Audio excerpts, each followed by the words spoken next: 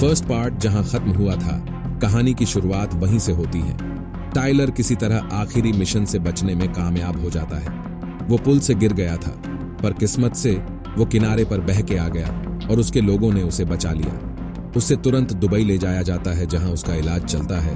वो धीरे धीरे रिकवर कर रहा था। अपनी नींद से जागने के बाद वो निक और याज, उसके भरोसेमंद पार्टनर्स और अच्छे दोस्त को अपने बगल में खड़ा पाता है। निक चाहती थी कि टाइलर अपने काम से अब रिटायरमेंट ले ले और अब अपने जीवन को जोखिम में न डाले, लेकिन उसे इस बात पर संदेह था कि क्या वो उसे युद्ध के मैदान से दूर रख पाएगी। निक और याज टाइलर को ऑस्ट्रिया में एक खुफिया ठिकाने पर ले जाते हैं और उसे तब तक वहीं रहने के लिए कहते हैं जब तक कि वो ठीक ना हो जाए और ये सोच ले कि उसे अपने आगे की जीवन कैसे व्यतीत करना है। निक चाहता था कि टाइलर अपने अतीत से बाहर निकल जाए और अपने बेटे की मौत के लिए खुद को दोष देना बंद कर दे। हालांकि टाइलर ज्यादा दिनों तक अपने काम से दूर नहीं रह पाता है।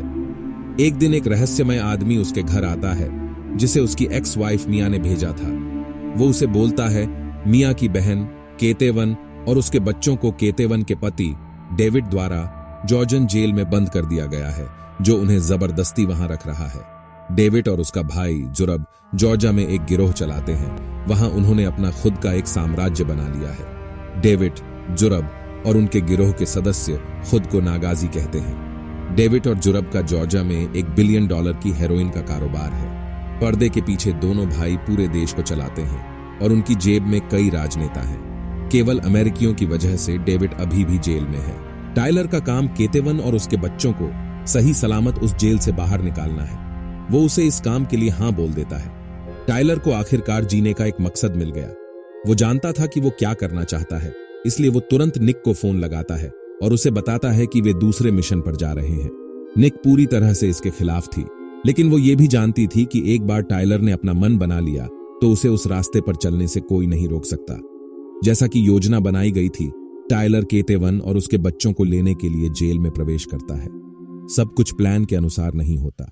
कैदियों में से एक टाइलर केतेवन और उसके बच्चों को भागते हुए देख लेता है। वो कैदी दूसरों को इशारा करता है और कुछ ही पलों में जेल में दंगा शुरू हो जाता है। राक्षस की मांद में घुसकर उसमें से जीवित बाहर आना आसान नहीं था, लेकिन टाइलर पहले भी ऐसी स्थितियों में रहा था और उसे बिना किसी कारण के इस व्यवसाय में सर्वश्रेष्ठ नहीं कहा गया था। टाइलर ने अकेले ही पूरी सेना का मुकाबला किया और उसने यह सुनिश्चित किया कि वह केतेवन और उसके बच्चों को जेल से बाहर ले जाए। जो फाइट सीक्वेंस हुआ वह शायद एक्सट्रैक्शन 2 का मुख्य आकर्षण है। टाइलर और केतेवन को भागने से रोकने के लिए डेविड वहां आ जाता है, जिसके बाद टाइलर और केतेवन ने मिलकर डेविड को मार डाला। टाइलर की टीम केतेवन और उसके बच्चों को लेकर आर्मर्ड व्हीकल्स में ले जाने लगती है। नागाजी टाइलर की टीम का पीछा करते हैं और उसे वहां से भागने से रोकने की पूरी कोशिश करते हैं, पर टाइलर जैसे तैसे करके उन सबको प्लान के मुताबिक एक ट्रेन में ले आता है। पर नागाजी उनका पीछा नहीं छोड़ते हैं। वो हेलीकॉप्टर से उन पर अटैक कर देते हैं। टाइलर उसे मारकर गिरा देता है, पर 2 लोग दूसरे हेलीकॉप्टर से उतरकर नीक के पास इंजन रूम में पहुंच जाते हैं। नीक अपनी बेहतरीन फाइटिंग स्किल्स का उपयोग करके दोनों को मार देती है। दूसरी तरफ कुछ लोग फैमिली की ओर बढ़ रहे थे, पर टाइलर वहां आ जाता है और सभी को मार देता है। इसके बाद टाइलर नीक के पास जाता है, जहां एक हेलीकॉप्टर उन पर अंधाधुंध फायरिंग कर देता है। टाइलर किसी तरह ट्रेन की छत पर जाकर मशीन गन से उस हेलीकॉप्टर को शूट कर देता है, जिसके बाद उसकी नजर रेलवे ट्रैक पर पड़ती है, जो आगे जाकर खत्म हो रही थी। इंजन का ब्रेक भी फेल हो गया था। इसके कुछ देर बाद ही ट्रेन पलट जाती है, पर भाग्य से सभी लोग सही सलामत बच जाते हैं। इसके बाद टीम वियना के लिए रवाना होती है। केतेवन का बड़ा बेटा सैंड्रो अपने पिता को छोड़कर जाने से खुश नहीं था। उसके पिता की विचारधाराओं ने उसका ब्रेन वॉश कर दिया था और वो खुद को एक नागाजी के रूप में देखता है।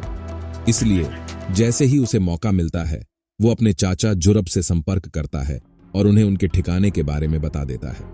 हालांकि बाद में टाइलर से भावपूर्ण बातचीत करने के बाद सैंड्रो को अपने कृत्य पर पछतावा हुआ।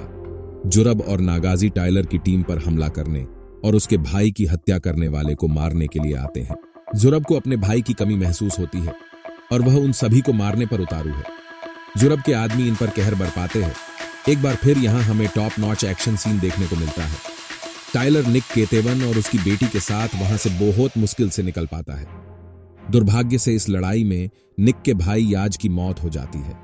दूसरी ओर सैंड्रो अपने चाचा जुरब से प्रभावित होकर उनके साथ जुड़ जाता है। टाइलर सभी को ऑस्ट्रिया में अपने घर वापस ले आया। हालांकि वो जानता था कि युद्ध अभी खत्म नहीं हुआ है और अब यहां से आगे बढ़ने का उसका एक व्यक्तिगत मकसद है। यहां मिया अपनी बहन से मिलने आती है और तभी काफी लंबे समय के बाद टाइलर और मिया की भी मुलाकात होती है। इसके बाद टाइलर को जुरब का कॉल आता है। वो उससे बोलता है कि अगर वो उसके साथ हिसाब बराबर करना चाहता है तो उसे सेंट जॉर्ज चर्च के हवाई क्षेत्र में आकर मिले। अब सैंड्रो को समझ आ जाता है कि उसके चाचा ने उसकी या उसके गिरोह के सदस्यों की परवाह नहीं की, उसे केवल टाइलर से बदला लेना था। टाइलर चर्च कंपाउंड में पहुंच जाता है और एक एक करके एयरबेस पर मौजूद हर गाड़ी को नेस्तनाबूद कर देता है ताकि जुरब बचकर भाग न सके। जब टाइलर सैंड्रो और जुरब के करीब आता है तो उसे सैंड्रो के शरीर के चारों ओर एक बम बंधा हुआ दिखाई देता है। जुरब ने सैंड्रो को टाइलर की बंदूक लेने और उसे मारने का काम सौंपा। सैंड्रो ने अब देखा लिया कि नागाजी कैसे काम करते हैं। वो टाइलर को नहीं मारता है। जुरब मामले को अपने हाथों में लेता है। तभी निक वहां आ जाती है तो जुराब सैंड्रो को बंदूक की नोक पर पकड़ लेता है।